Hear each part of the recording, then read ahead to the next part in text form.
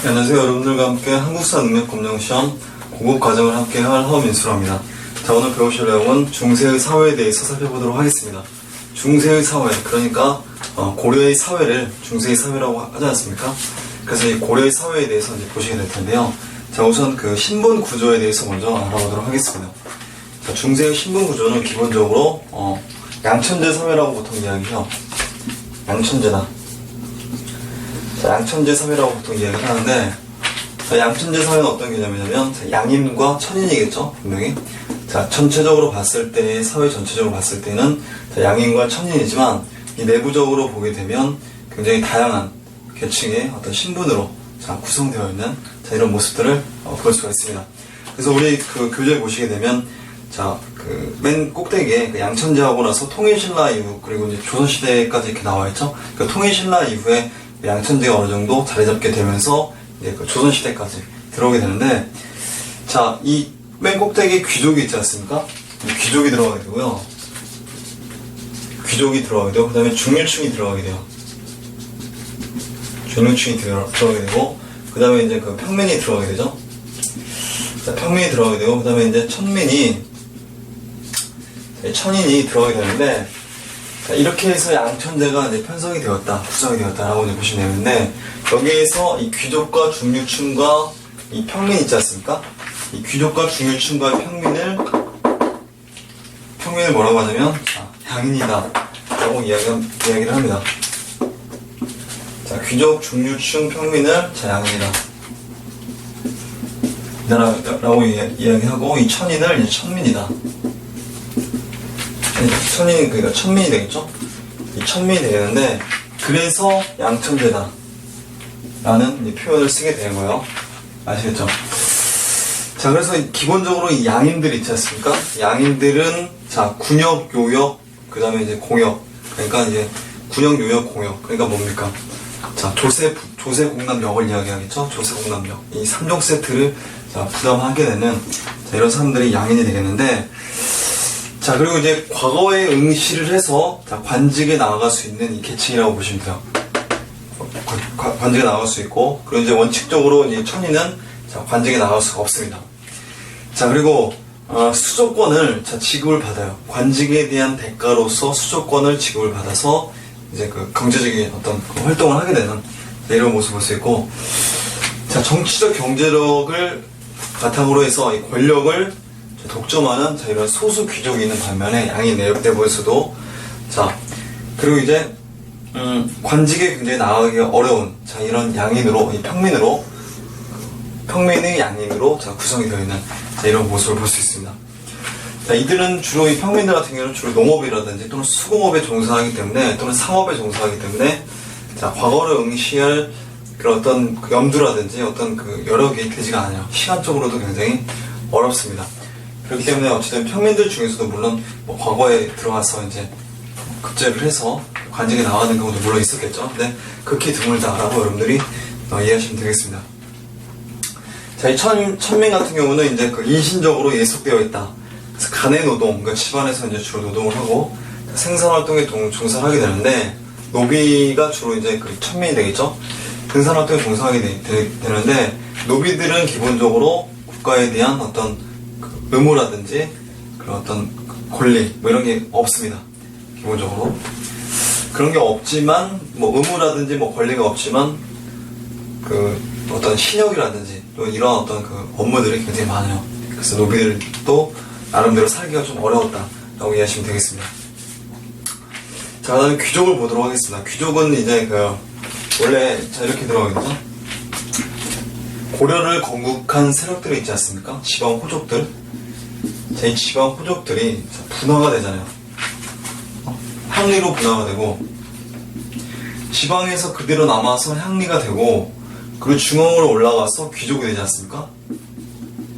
왕실과의 어떤 중첩된 혼인 관계를 통해서 문벌 귀족들이 형성이 되는 이런 모습을 볼 수 있잖아요. 그 원래 출신들이 호족 출신들이요. 뭐 물론 이 귀족에는 뭐 호족 출신도 있고 신라 시대 때 뭐 진골 귀족도 물론 들어가겠지만, 어쨌든 기본적으로 자, 호족 출신들이 자, 이렇게 신분적으로 분화가 되었다 라는 걸 이해하시면 되겠는데, 자, 그래서 귀족들은 왕실과 왕실의 외척, 그래서 뭐 저기 뭐 경원이시라든지 뭐 이런 생각들이 있지 않습니까? 뭐 안산김씨라든지 이런 왕실의 외척으로서 이제 뭐 개경에 거주하는 문무 관리 중 가문이 좋은 일부 계층들이었다. 그리고 5품 이상의 고위 관료들이 주로 형성되는데 이 귀족들은 5품 이상의 관료들은 또 어떤 특권이 있습니까? 자, 음서의 특권이 있죠. 정치적으로 음서, 그리고 경제적으로는 공음전이라는 특권이 있습니다. 음서 같은 경우는 5품 이상의 관리의 자제근친들에 한해서 무시험으로 관리에 임명될 수 있게 하는 제도가 이제 음서제도지 않습니까? 그리고 이제 공음전 같은 경우는 5품 이상의 자제근친이 아니라 5품 이상의 관리에게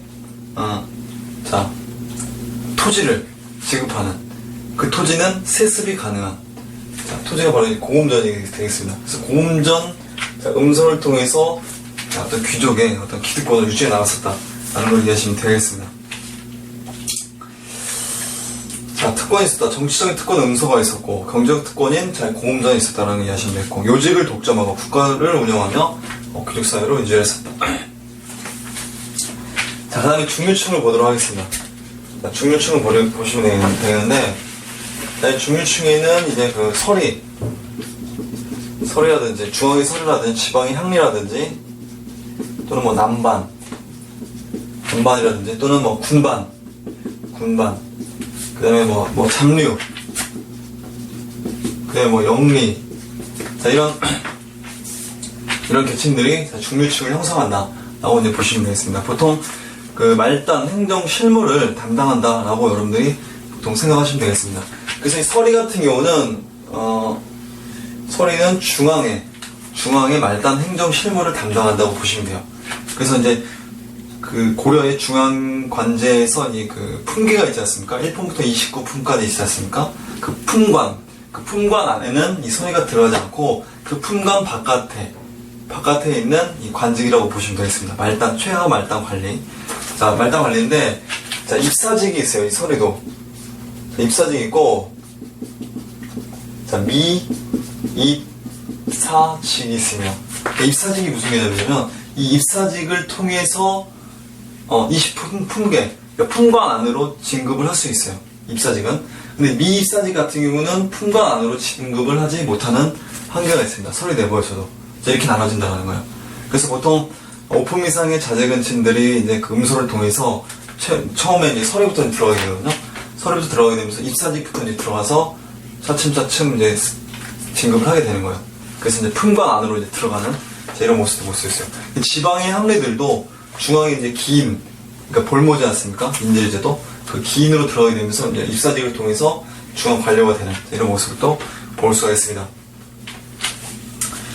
자, 그래서 뭐 이런 식으로 해서 이제 서리에 대해서 내용을 살펴봤었고요. 자, 중앙 관청 품관의 밑에서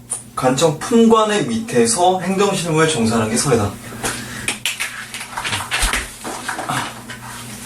자, 그리고 중앙의 각 사의 기록이나 문서를 작성하고, 장부를 관장을 한다라는 게 서리가 됐고, 그래서 이제 주사나 녹사나 역사 등과 같은 이런 직이 있었다. 입사직이에요. 이거는 입사직이 됐고, 양반 자제들이 그래서 이제 품관으로 승진이 가능하다. 입사직은.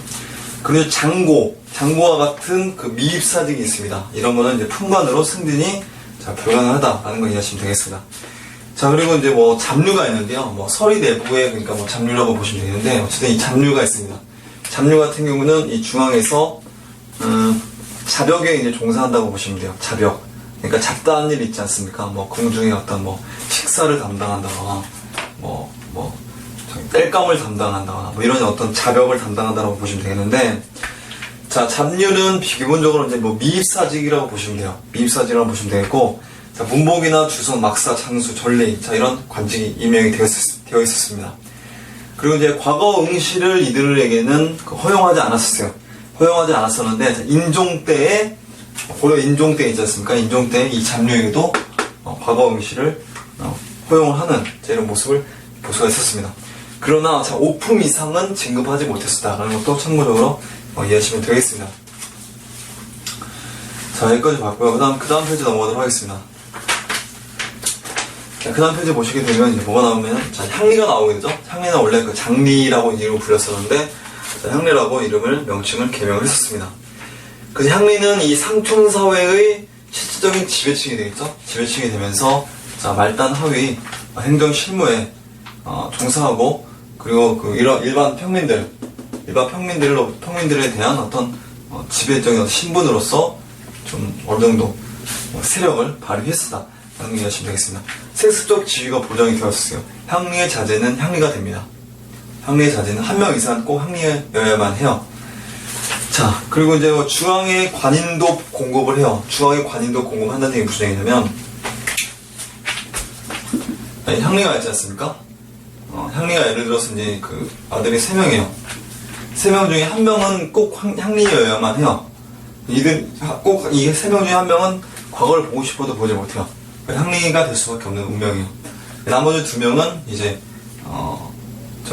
과거를 볼 수도 있고, 이제 중앙으로 이제 그 인질로 들어가지 않습니까? 기인으로 기인, 지방 유력자의 자제를 중앙으로 올려보내지 않습니까? 지방 통제 정책으로 기인으로 들어가서 이 서리에서 이제 근무를 하게 되는 거예요. 서리로 이제 근무를 하게 되는 거예요. 그렇게 되면서 자, 입사직이 서리로 근무하게 되면서 자, 중앙 관리로 들어가게 되는 자, 이런 모습도 볼 수가 있습니다. 그래서 이런 식으로 해서 지방의 향리들이 어떤 중앙에다 이제 관인을 공급하게 됐다라는 것도 이해하시면 되겠고, 그래서 향리 제도의 정비 과정에 대해서 보도록 하겠습니다. 이번에는 자, 향리 제도의 정비 과정에 대해서 보도록 하겠는데, 자, 고려 초에 지방관이 파견되지 않지 않았습니까? 지방관이 파견 안 됐었잖아요. 고려 성종 이전에 지방관이 파견되지 않았을 때는 실질적으로 지방의 향리들이 그 지역을 거의 지배하다시피 했었어요. 그래서 뭐 당대등이니 대등이니 자, 이런 관직들이 지방의 독자적인 어떤 권반 체제를 이루면서 이런 관직들이 만들어지지 않았습니까? 신라 말기 때부터. 그게 고려가 건국이 됐음에도 불구하고 이게 없어지지 않았었잖아요. 그 지방에 있는 그 사람들이 그대로 이러한 관직들을 유지해 나오고 있었는데, 이게 후장으로 그리고 또 부호장으로 바뀌게 되면서 향리화하는, 이들이 향리가 되는 거죠. 그래서 향리화하는 이런 모습을 볼 수가 있었어요. 그런데 자, 이렇게 해서 이런 포장 부호장의 향리화를 누가 이제 추진을 하게 되냐면 고려 성종이 이런 그 개혁을 추진했었습니다. 그 지방세력을 좀 약화시키기 위한 의도로 해서 실시를 했었던 거예요. 그리고 향리 직제를 마련해요. 호장, 부호장, 호정. 자, 이렇게 됩니다. 이 호정도 원래는 낭중이라고 있어요. 낭중이 호정으로 바뀌는 거거든요. 자, 이런 식으로 해서 호정, 부호정, 사병, 병정, 부병정. 자, 이런 식으로 해서 향리 직제가 마련이 되었었다라는 걸 자, 이해하시면 되겠습니다. 자, 그리고 현종때죠. 현종때가 되겠습니다. 현종때는 지방제도가 이제 완비가 되죠. 그래서 이제 오도양계, 사도부, 팔목 이렇게 해서 이제 지방제도가 이제 완전히 구축이 되지 않습니까? 자, 그 과정에서 향리 제도도 이제 개혁을 하게 되는데, 향리의 공복을 이제 규정을 하게 되고, 향리 수도 조절하게 되는 자, 이런 모습을 볼 수 있어요. 그리고 참고적으로 이 고려 현종 때 향리가 이제 그 법적으로 이제 공식적으로 과거에도 응시를 할 수 있게끔 자격을 또 보장을 해놓는 자, 이런 모습도 이제 고려 현종 때 있었습니다. 자, 그래서 고려 문종 때는 이 향리 승진 규정을 9단계로 규정을 해놨었어요. 9단계. 그래서 이제 이 호장부터 맨 끝에 맨 끝에까지 9등급으로 구분해 놓았었다는 거 여러분들이 이해하시면 되겠습니다. 자, 그래서 향리직의 질서를 체계화하고 통제를 강화하였다라는 걸 이해하시면 되겠는데, 이 고려 문종 때 이 전시가 제도가 이제 완비가 되지 않습니까? 그래서 경정정시가라고 얘기하잖아요. 1076년에. 그 앞전에 우리 배웠죠? 경정정시가가 완비가 되면서 이 향리직이 있지 않습니까? 향리직도 경정정시가 안에 포함이 되는 이런 모습이 나타나요. 그러니까 어떻게 보면 향리직의 지위가 좀 올라갔다라고도 볼 수가 있죠. 참고적으로 이해하시면 되겠습니다. 자, 향촌사회에서 향리 역할을 보도록 하겠습니다. 향리는 지방사회의 실질적인 통치자죠. 자, 읍사를 구성해서 운영을 한다. 자, 읍사는 그 통치기구라고 보시면 되겠습니다. 그래서 왼쪽에 보시기는 읍사에 대해서 그 설명이 좀 나와 있는데, 여러분들 한번 읽어보시면 되겠습니다. 향리 통치기구다. 자, 읍사는. 자, 호장이 중요한 위치에 있다. 지역마다 몇 명의 호장이 자, 이 공동으로 향촌을 이제 장악을 한다. 조세 징수 및 감면, 그다음에 공부를 징수한다. 노동력이라든지 뭐 공납을 얘기하죠. 여격을 동원한다. 장교 직무를 수행한다. 그리고 이제 뭐 농업을 권장하고, 자, 교화를 하고, 자, 구유를 하고, 자, 불사에 뭐 동원이 된다. 불사는 이제 그 사원을 이야기하죠. 불사에 이제 동원이 된다. 자, 이런 모습을 볼 수 있습니다. 자, 향리 견제책을 보도록 하겠는데요. 자, 기인 제도, 그 다음에 사신관 제도가 있었죠. 그거 우리 앞전에 설명해 드렸었는데, 지방의 향리, 유력자, 향리 자재를 중앙으로 골모로 삼아요. 그 향리가 아닌 서리로 이제 근무를 한다고도 좀 말씀드렸잖아요. 자, 기인 제도가 있었다는 거. 그 다음에 사신관 제도, 지방 유력자를 자, 중앙으로 올라오게 해서 자, 일정한 관직을 주고 각 지역의 그 지방의 사신관으로 임명하게 되는 이런 모습을 볼 수 있었죠. 그래서 고려 최초의 그 사신관으로서 경수나 김부가 있었다라고 제가 설명을 해드렸었죠. 자, 뭐 이런 식으로 있었다. 그래서 중앙에 관인도 공급한다. 말씀드렸었죠. 그래서 뭐 관인 공급하게 되는데 일단 상경에서 유학을 한다. 중앙으로 올라와서 뭐 유학을 뭐 국자감이나 뭐 이런 교육기관에 들어가게 됐죠. 또는 뭐 향시에 합격한 사람을 향공이라고 얘기해요. 향시에 합격한 사람. 그러니까 지방에서 시험 보는 걸 향시라고 얘기하거든요. 그리고 이제 중앙에 올라와서 보는 시험, 뭐, 회시, 뭐 왕 앞에서 보는 시험, 뭐 전시라고 얘기하는데, 어쨌든, 자, 이 지방에서 보는 시험을 향시라고 얘기하는데, 이 향시 합격한 사람을 향공이라고 얘기합니다. 그 향공이 나중에 과거 시험을 봐서 이제, 제수업은 아니라 좀 명경업, 자, 이런 명경업에 응시하는 이런 모습을 볼 수 있어요. 고려 과거 시험은 명경업, 제수업, 그다음에 뭐 착과 저렇게 뭐 구성이 되어 있는데 나중에 또 설명해 드릴 거예요. 자, 그리고 선군에 응모를 한다. 이건 뭐냐면 군인이 이제 부족해지게 되면 수시로 군인을 이제 선발하게 돼요. 이게 선군이라고 얘기하는데 군인 선발 제도라고 보시면 되겠습니다. 자, 그리고 군공, 이 전투에 나가서 이제 그 공을 세우게 되면 군공이라고 얘기하죠. 또 기인, 아까 얘기했었죠. 인재. 자, 이런 걸 통해서 문무리,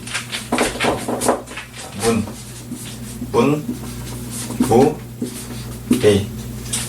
자, 지금 말단 이속을 얘기하죠. 이속. 그러니까 뭐 설이나 향리를 얘기하고 문반 출신. 자, 무반. 자, 이런 식으로 해서 나타나게 된다. 세 가지 계열로 진출하게 된다.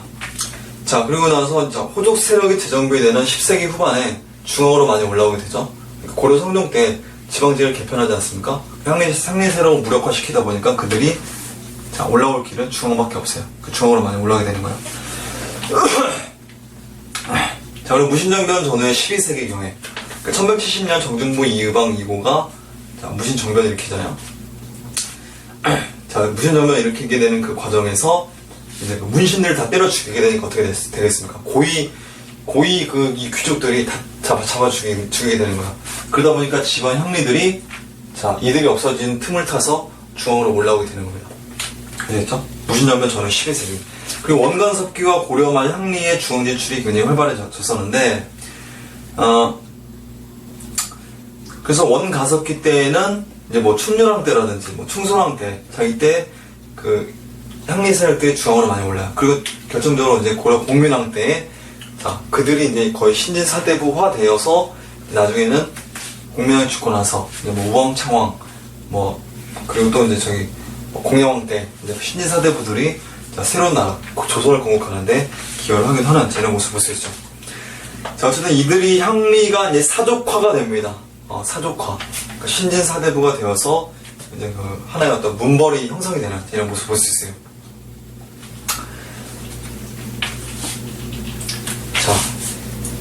자, 그리고 나서 이제 그 향리의 위상이 이제 변화가 되는데, 자, 무신 집권기 이후에 지방 향리의 상층부가 대거 이제 중앙으로 진출한다고 말씀드렸었죠. 지방 향리의 상층부가 대거 중앙으로 진출을 해서 이제 중앙 관직으로 이제 많이 편입이 되는 이런 모습을 볼 수 있어요. 자, 고려 말에는 과거 외에 군공으로도 이제 진출하게 되는데 전투에 나가서 이제 공을 세우게 돼요. 자, 홍건적이라든지 왜구라든지 쳐들어왔었어요. 그 지방 향리들이 자, 맞서 싸워요. 그래서 이제 첨설직이라는 관직에 제수를 받게 돼요. 관직을 제수를 받게 돼요. 고려 공민왕 때 첨설직이 개설되게 되는데, 자, 명예직이에요. 허직이에요. 실직이 아닙니다. 명예직이고, 자, 섬설직을 수여받아서 이 향리들이 말씀드린 대로 뭐 사족화가 되었다. 라는 걸 이해하시면 되겠습니다. 자, 그리고 고려 후기 토착 향리들은 향리역의 고역화로 향리직을 이탈하는 그 토착 향리를 얘기해요. 중어로 올라오지 않은 말단 향리가 되겠죠. 굉장히 향리의 역이 힘들 수밖에 없는데, 자, 그들이 이제 이탈하게 되는 이런 모습을 또 볼 수 있어요. 뭐 평민으로 이탈한다거나 뭐 그런 식으로 어떤 그 이탈 현상이 나타날 수가 있겠죠. 자, 그 다음에 남반을 보도록 하겠습니다. 남반은 뭐냐면 이 궁중에서 숙식을 해요. 왕의 지근거리에서 왕을 이제 그 호위를 하고 뭐 호종을 하고 시종을 드는 그 어떤 그 왕의 어떤 측근 정도로 이제 보시면 되겠는데, 자, 뭐 고위 관료로는 뭐 올라가지 못했었어요. 최고 올라갈 때가 이제 사품까지 올라갔었는데, 사품까지 올라갔었는데 나중에는 이제 칠품으로 좀 깎이는 이런 모습을 볼 수 있어요. 그래서 고려 목종 때에 자, 이 사품까지 올라가는 모습을 또 볼 수 있었습니다. 자, 그다음 군반을 보도록 하겠습니다. 직업군인이에요. 중앙군이죠, 군반. 그래서 이제 그들이 이제 뭐 군인전이나 토지를 지급받기도 했었죠. 영리는 지방의 역을 이제 관리를 하게 되는데, 군사 정보 및 왕명을 전달하거나 사신 접대가 주요 업무였었다 하는 걸 이해하시면 되겠습니다. 자, 그 다음에 이제 보실 내용이 뭐냐면, 자, 평민에 대해서 보도록 하겠습니다. 평민은 이렇게 되어 있어요. 자, 평민은 백정 있지 않습니까? 조선시대 때 백정은, 자, 도살업체에 종사하는 사람들을 백정이라고 얘기하잖아요. 자, 고려시대 때는 백정이 평민이었습니다. 그리고 또 백정은 농업에 종사했어요. 농민이었다라고 보시면 되겠습니다. 백정은. 알겠죠? 자, 백정이 있고, 그 다음에 뭐가 있냐면, 자, 상인이 있어요. 상인. 자, 수공업자. 자, 이들이 평민층을 형성을 하게 됩니다. 그리고 또 뭐 예외적으로 이제 더 보시게 되면, 뭐 신량여천이라는 게 있거든요. 신량여천이라는 게 있는데, 신부는 양인인데 하는 일은 천인이에요. 그 신량여천인데, 자, 이런 사람들이 이제 그 향수 부곡 있지 않습니까? 자, 이 지역에 거주하는 사람들이 신랑여천이에요. 그러니까 하는 일은 양인인데, 하는 일은 양인이 아니라 신부는 양인인데 하는 일은 천민이다. 그들이 양인으로 예전에는 천민으로 보통 규정을 했었거든요. 지금은 학계에서도 좀 양인으로 인정을 하는 이런 추세다 라는 걸 참고로 이해하시면 되겠습니다.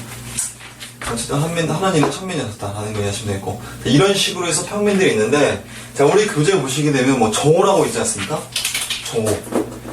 정호라고 있는데, 자, 이 정호는 뭐냐면 직역이 있는 그 백성들을 자, 정호라고 얘기해요. 직역이 있는 사람들을 이제 정호라고 얘기한다. 자, 직역이 없는 사람들을 백정호라고 얘기하는 거야. 백이 이제 그 백지할 때 그 백이지 않습니까? 깨끗하게 비운다. 그 백정이에요. 정남할 때 그 정인데, 어쨌든 이 직역이 없는 사람들을 이제 백정이라고 얘기해요. 그래서 직역에 대한 반대급부로서의 어떤 군역이라든지 이런 거에도 종사하지 않습니다. 군역이 없어요. 군역에 종사하지 않아요.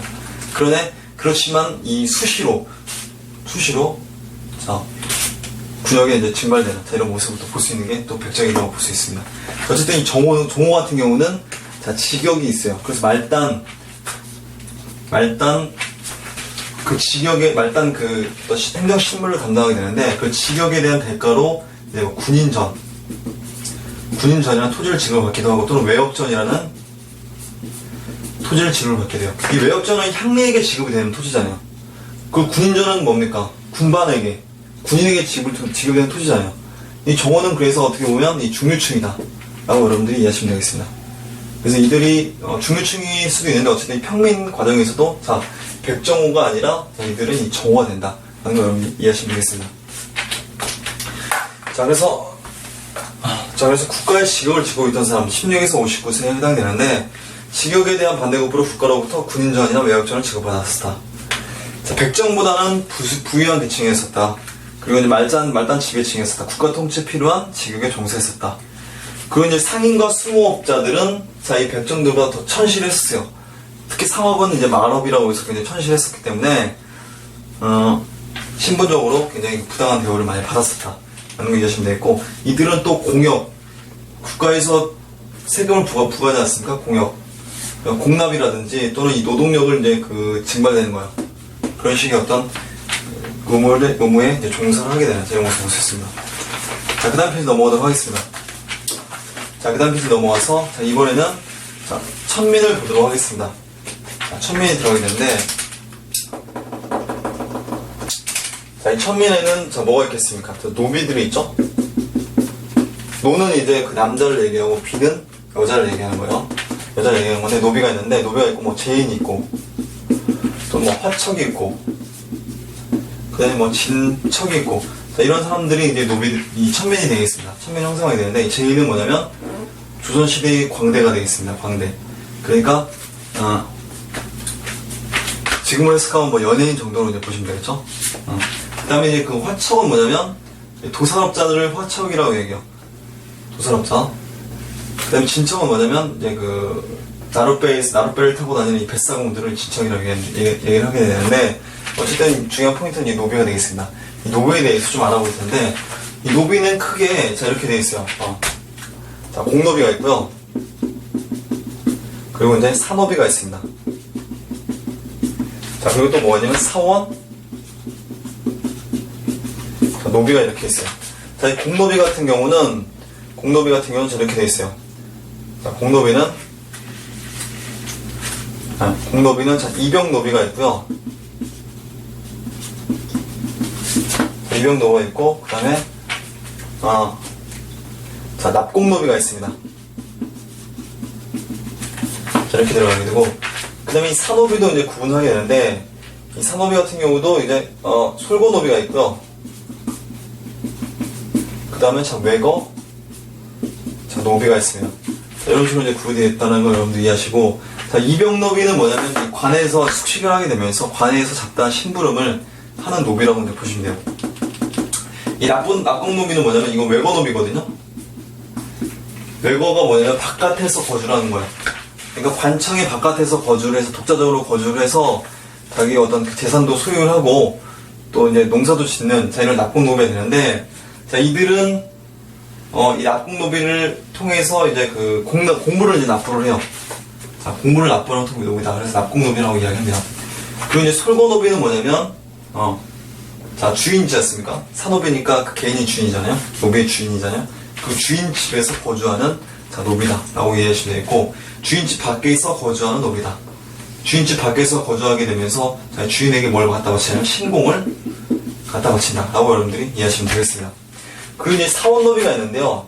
자, 이 사원노비는 사사노비가 있고요. 사사노비가 있고, 법손노비가 있고, 그 다음에 환노비가 이렇게 있다. 라는 것도 이해하시면 되겠습니다. 자, 그래서 이런 식의 어떤 노비들이 있었다라는 걸 보시면 되겠는데, 자, 우리 교재에 보시게 되면, 뭐, 전쟁포로, 형벌노비, 고리채, 뭐 이런 걸 통해서 처음에는 이렇게 노비가 되었었는데, 그래서 노비의 특성을 보시게 되면, 이제 신공의 부담은 있으나, 그죠? 신공의 부담은 있으나, 국영은 없었다. 국가에서 지정해주는 여건 없었다. 어떤 공식적인 그런 여건 없었다는 걸 보시면 되겠고, 이름만 있고 성은 없었다. 그래서 뭐 개똥이나 말똥이나 이렇게 불렀었겠죠? 성이 없었다. 그리고 이제 뭐 재물과 국민으로 지위가 동시에 인정이 됐었다. 재물로 인정이 됐다는 얘기예요. 노비들은 사고 팔 수가 있었습니다. 자, 증여도 가능하고 상속도 가능한 노비라고 보시면 되겠습니다. 자, 그리고 이제 하나의 어떤 국가의 국민으로도 뭐 인정이 되었었다라는 걸 보시면 되겠고, 자, 본관 제도에 편성되지 못했었다. 본관은 뭐죠? 그러니까 우리 뭐 양천호 씨라든지 뭐 김 씨라든지, 자, 이게 본관이지 않습니까? 고려 초기에 본관 제도가 성립이 돼요. 고려 태조 왕건이 건국이 되면서 이게 호족 연합 정권이지 않습니까? 그 지방 호족들이 이제 중앙으로 올라오게 됐잖아요. 중앙으로 올라오게 되는 과정 속에서 나는 어느 사람이다. 나는 충주 사람이다. 황주 사람이다. 해주 사람이다. 경주 사람이다. 이런 식으로 자기 지역을 기재를 해요. 호적에다 기재를 하고, 또는 뭐 과거 시험 볼 때도 이제 나중에 기재를 하게 되는데, 그런 식의 어떤 제도를 이제 본관제도라고 얘기합니다. 그게 지금 우리 현대사회까지 영향을 미치게 되는 거잖아요. 김혜김 씨가 뭐 그래서 400만 정도 되지 않습니까? 자, 본관제도에 어쨌든 이 노비들은 편성되지 못했었다라는 걸 이해하시면 되겠습니다.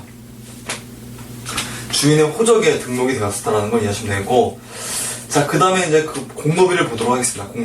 공노비는 이제 공용노비라고 얘기했었죠? 입용노비 또는 공용노비라고 얘기해요.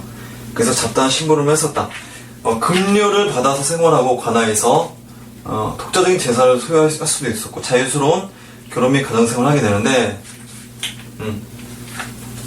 64가 되면 여기 면제가 된다. 굉장히 좋죠. 산노비보다 부담이 좀 가볍다. 그래서 공노비가 산노비보다는 좀 낫다 라고 이제 보시면 되겠습니다. 자, 그리고 외거노비를 보도록 하겠습니다. 납공노비요. 자, 국유지를 경작을 해서 자, 농사도 짓는다고 말씀드렸었죠. 농사도 짓고 그 농사를 지어서 수확의 일부를 이제 국가에다가 자, 납부를 하는, 규정된 액수를 납부하는 자, 이런 모습을 볼 수 있습니다. 그리고 이제 공역을 이제 부담하게 되는 거예요. 그래서 이제 뭐 특산물이라든지 또는 이제 노동력을 이제 노동력에 이제 동원되는 자, 이런 모습을 볼 수 있습니다. 자, 그다음 산업비를 보도록 하겠습니다. 산업비. 자, 산업비의 그 결혼과 신분적 계승에 대해서 이제 보도록 하겠는데, 일단 동세콘만 인정이 돼요. 동세콘. 같은 신분끼리만 이제 결혼을 하게 되는 겁니다. 아시겠죠? 같은 신분끼리만 일단 결혼하게 되는데, 그 사람들끼리 같은 신분끼리 또 결혼하지 않는 경우도 많이 발생하잖아요. 여자는 천민인데 남자는 뭐 양인인 경우가 있을 수 있잖아요. 그리고 뭐 여자는 양인인데 남자는 천민인 경우가 있을 수 있잖아요. 그래서 그런 경우를 이제 그 양천교혼이라고 이야기합니다. 그 양천교혼일 경우에 그 오른쪽에 표가 이렇게 나와 있죠. 노비 자녀 신분 결정하고 나와 있지 않습니까? 그래서 부모가 이제 노비일 경우는 당연히 자녀도 노비고, 부가 양인이고 모가 이제 노비예요. 그럼 자녀도 당연히 노비가 되겠죠? 부가 이제 노비가 그러니까 부가 양인임에도 불구하고 자녀가 노비가 되는 거예요. 그리고 이제 부가 노비고 모가 이제 양인일 경우에도 자녀가 노비가 되는데, 자, 이런 원칙을 뭐라고 하냐면 일천즉천이라고 얘기해요. 자, 일천즉천이다. 엄마 아빠 중에 한 명이 노비면 자식은 당연히 노비가 된다 라는 게 일천즉천인데, 자, 그리고 나서 이제 소유주 관계에 대해서 또 알아보도록 하겠습니다. 소유주 관계가 뭐냐면, 제가 자, 여기 보시게 되면, 자, 이제 그 남자가 있고, 자, 여자가 있지 않습니까? 남자가 있고 여자가 있는데, 남자가 이제 이 남자가 남자 노비가 이제 그 여자 노비가 결혼했으니까 여자 양인과 결혼했어요. 남자 노비가 여자 양인과 결혼하게 되면, 자, 그 자식이 누구의 소유로 들어가게 되냐면, 남자 노비의 주인에게 그 자식의 소유주가 들어가게 돼요. 그래서 여러분들 표를 보시게 되면, 자, 부가 노비일 경우, 그리고 모가 양인일 경우에는 그 자녀를 누가 소유하느냐? 자, 부의 주인. 그러니까 이 남자의 주인이 있지 않습니까? 남자의 주인이 그 남자의 아들을 이제 소유를 하게 되는 거예요. 참 안타깝죠. 자기가 자식이 낳는데, 자기 상전에게 갖다 바쳐지는 그 오명이 되지 않습니까? 자, 그래서 이런 식으로 해서 나타나게 된다는 게 일천즉천의 그 원칙이다. 자, 일천즉천 원칙이고, 일천즉천이 아니라, 자, 이런 건 뭐냐면, 이 천자수모법이라고 얘기해요. 천자수모법. 천자수모법. 우리 교재도 나와 있습니다. 천자수모법이라고 했는데, 이게 무슨 개념이냐면,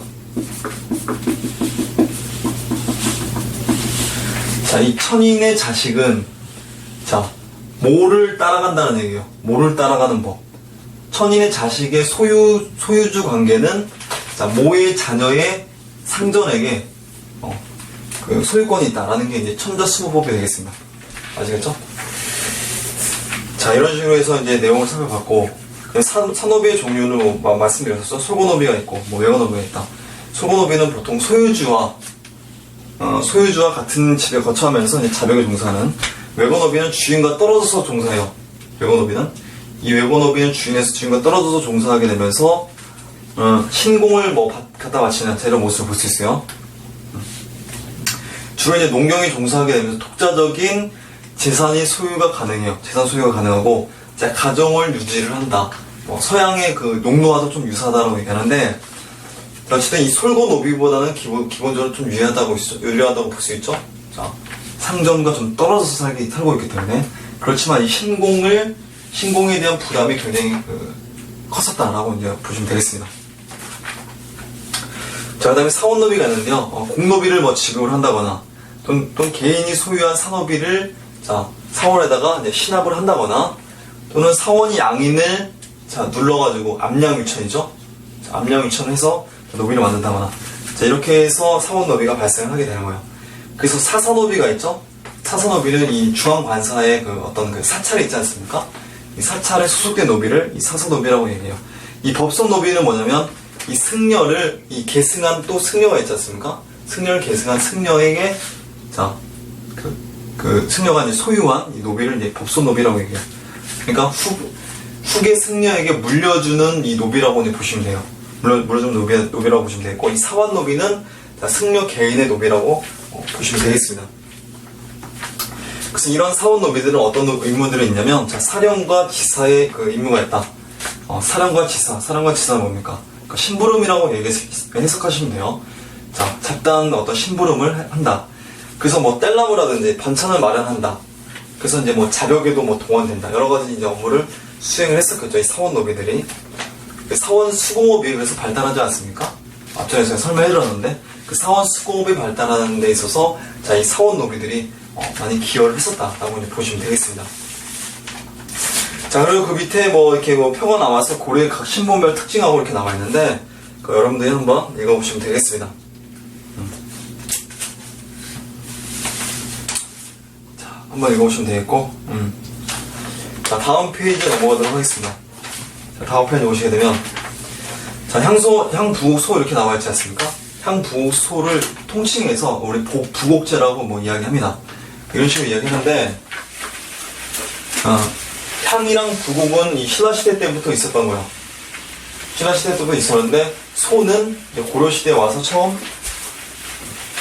생겼다라고 여러분들이 이해하시면 되겠습니다. 소는.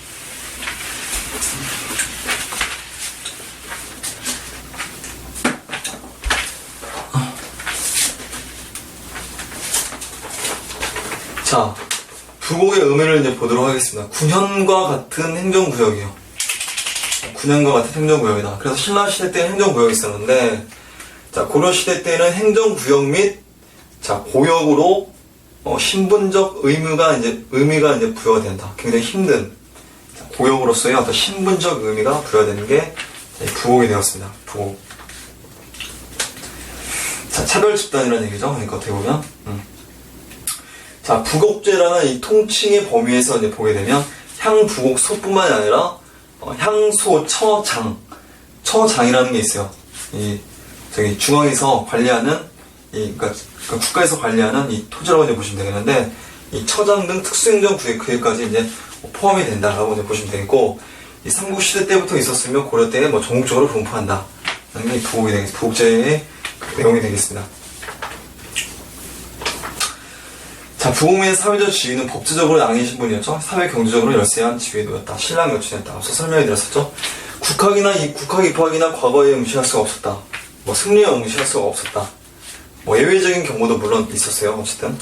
자, 그리고 이제 부곡제가 이제 수퇴가 되는데, 고려 중기 이후 성격이 변화되어서 조선시대 때는 완전히, 자, 이 부곡제가 소멸되는, 자, 이런 모습을 볼 수 있어요. 중앙 집권 체제가 완벽하게 이제 구축이 되면서, 자, 이런 모습이 나타나게 되고, 자, 그리고 부곡민들이 저항이 있었죠? 저항이 있었고, 저기 무신집권기 이후에, 자, 향소 부곡민들이 어떤 저항이 있었습니다. 자, 그리고 이제 소생산력이 균형적으로 이제 발전하게 돼요.